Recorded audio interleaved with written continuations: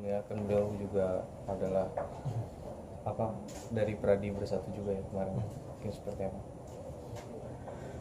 Terima kasih. Kami dari Pradi melihat kegaduhan ini tentu tidak bisa melihat kasus per kasus. Kami melihat ini seperti gunung es. Memang beginilah kondisi profesionalitas dan integritas kebanyakan advokat sekarang.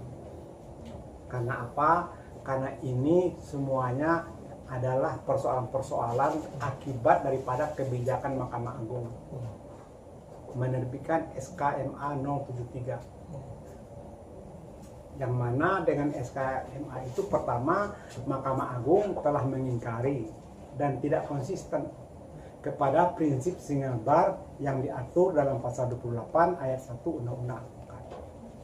Jadi kami mesti sampaikan prinsip single bar di dalam Undang-Undang Advokat itu dimaksudkan adalah supaya adanya keseragaman standarisasi. Adanya standarisasi pendidikan, ujian, pengangkatan, pengawasan, penindakan. Dan 4 dari 8 wewenang ini seluruhnya oleh Undang-Undang Advokat sudah diserahkan kepada Pradi. Jadi Pradilah yang berwenang untuk mengadakan PKPA, ujian, pengangkatan, pengawasan, dan penindakan. Jadi harusnya tidak ada orang-orang yang beracara di persidangan yang mengaku sebagai advokat yang tidak diangkat oleh Pradi. Kalau tidak diangkat oleh Pradi, artinya dia menjadi advokat tidak melalui mekanisme undang-undang. Mekanisme undang-undang itu dimaksudkan antara lain untuk meningkatkan kualitas advokat, termasuk kualitas integritas. Sekarang dengan adanya SK-MA nomor 073, orang begitu mudah jadi advokat. Tidak jelas kapan dia sarjana hukumnya, tidak jelas kapan dia pendidikannya, tidak jelas kapan magangnya. Karena apa? Dengan SK-MA 073, Mahkamah Agung membuka kebijakan akan mengangkat sumpah seluruh orang-orang yang diajukan oleh organisasi advokat. Organisasi advokat itu sangat terbuka, yang penting badan hukum. Mulai dari PT, mulai dari perhimpunan, mulai dari perkumpulan, sampai kepada paguyuban. Mulai daripada organisasi yang bersifat nasional ataupun bersifat kedaerahan. Yang menjadi persoalan siapa yang mengawasi ini. Pradi tidak mungkin dan tidak berwenang mengawasi advokat yang bukan anggotanya. Mahkamah Agung kata Undang-Undang Advokat sama sekali tidak mempunyai kewenangan untuk mengawasi advokat, untuk menindak advokat.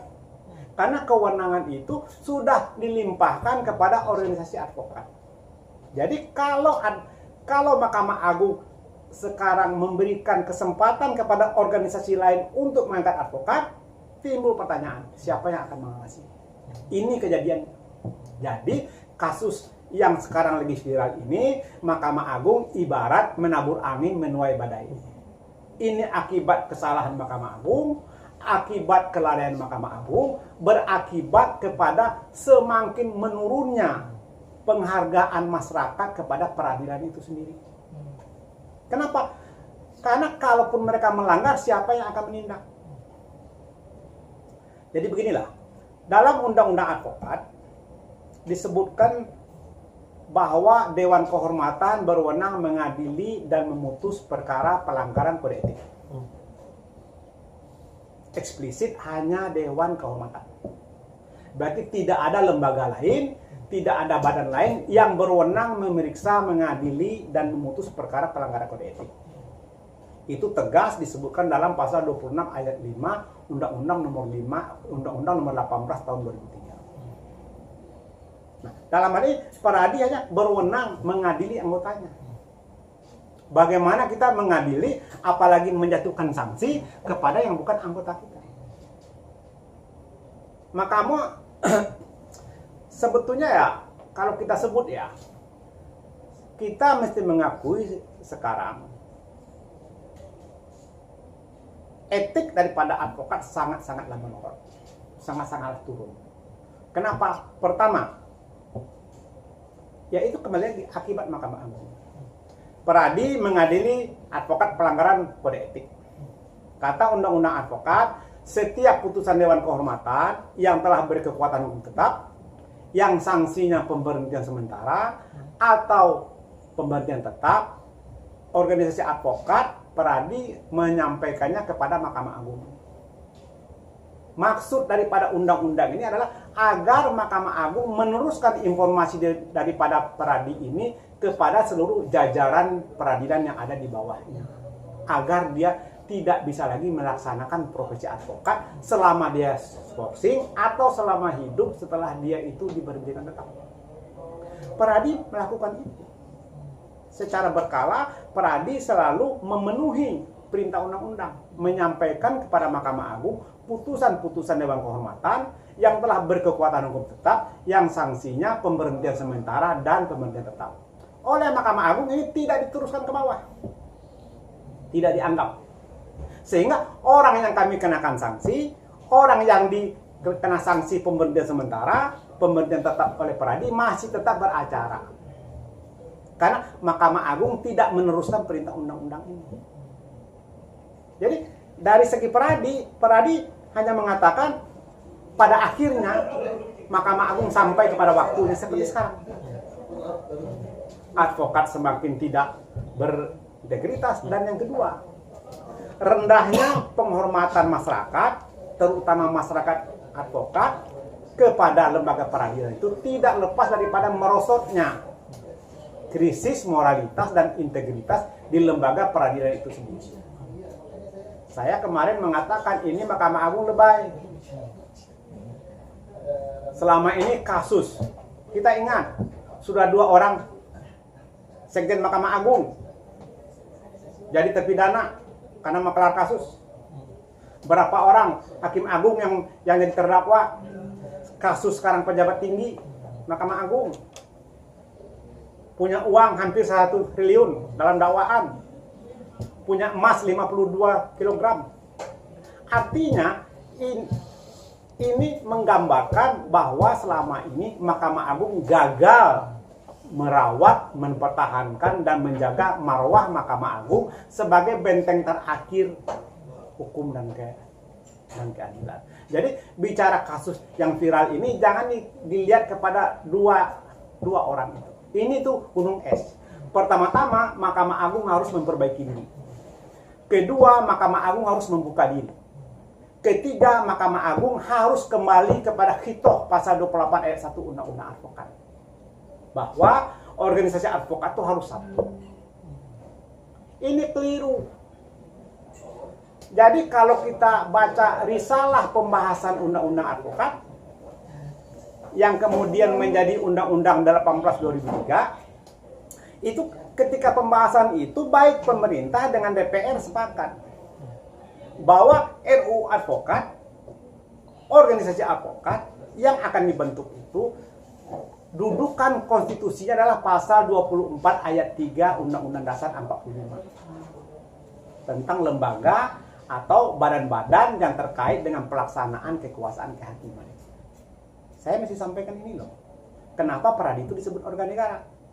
Zaman saya dulu, saya menjadi pengacara praktek, diangkat oleh Ketua Pengadilan Tinggi atas wewenang dari Menteri Kehakiman. Kemudian saya menjadi advokat, diangkat oleh Menteri Kehakiman. Jadi dulu kami pengacara praktek, advokat diangkat oleh negara. Ini yang sekarang para pakar-pakar hukum itu salah. Dulu setiap pengangkatan kami sebagai pengacara praktek, pengangkatan sebagai advokat, di dalam surat keputusan pengangkatan selalu ada klausula domisili hukum. Misalnya saya domisili hukumnya pada Pengadilan Negeri Jakarta Pusat. Maksudnya yang mengawasi saya secara etik, yang dapat menindak saya secara etik adalah Ketua Pengadilan Negeri Jakarta Pusat. Jadi dulu urusan advokat, urusan pengacara praktek adalah urusan negara. Tidak bisa diswastanisasikan. Nah, urusan negara ini yang dilimpahkan kepada organisasi negara melalui Undang-Undang 18 tahun 2003. Makanya oleh Mahkamah Konstitusi diberikan tafsir konstitusional. Peradi sebagai organisasi advokat, sebagaimana dimaksud oleh pasal 28 ayat 1 Undang-Undang Advokat adalah organ negara dalam arti luas yang juga melaksanakan fungsi negara. Jadi yang dilaksanakan oleh Peradi ini adalah yang dulu menjadi wewenang daripada negara melalui Menteri Kehakiman. Saya Ketua Umum DPP Ikadin. Ikadin bukan organ negara. Ikadin kalau memakai istilah Orde Lama itu pengejawantahan dari prinsip kebebasan berserikat. Ikadin. Sehingga organisasi yang tunduk kepada pasal 28 tidak bisa menyelenggarakan kewenangan Peradi yang tunduk kepada pasal 24 ayat 3 Undang-Undang Dasar 45. Ini adalah jenis entitas yang berbeda. Jadi, kalau menurut Mahkamah Agung, seluruh organisasi diberikan kesempatan untuk mengajukan penyumpahan, ini pendapat yang keliru. Mencampur adukkan antara organ negara, pasal 24 ayat 3 Undang-Undang Dasar 45, dengan implementasi kebebasan berserikat yang diatur dalam pasal 28 Undang-Undang Dasar 45. Kira-kira begitu, Pak. Oke, Pak.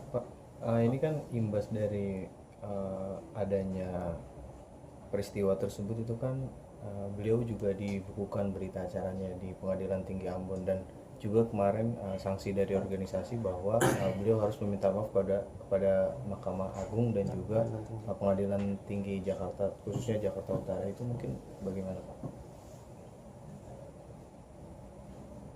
Jadi kalau kita baca pasal 10 Undang-Undang Advokat diberhentikan karena 3 hal. Pertama, meninggal.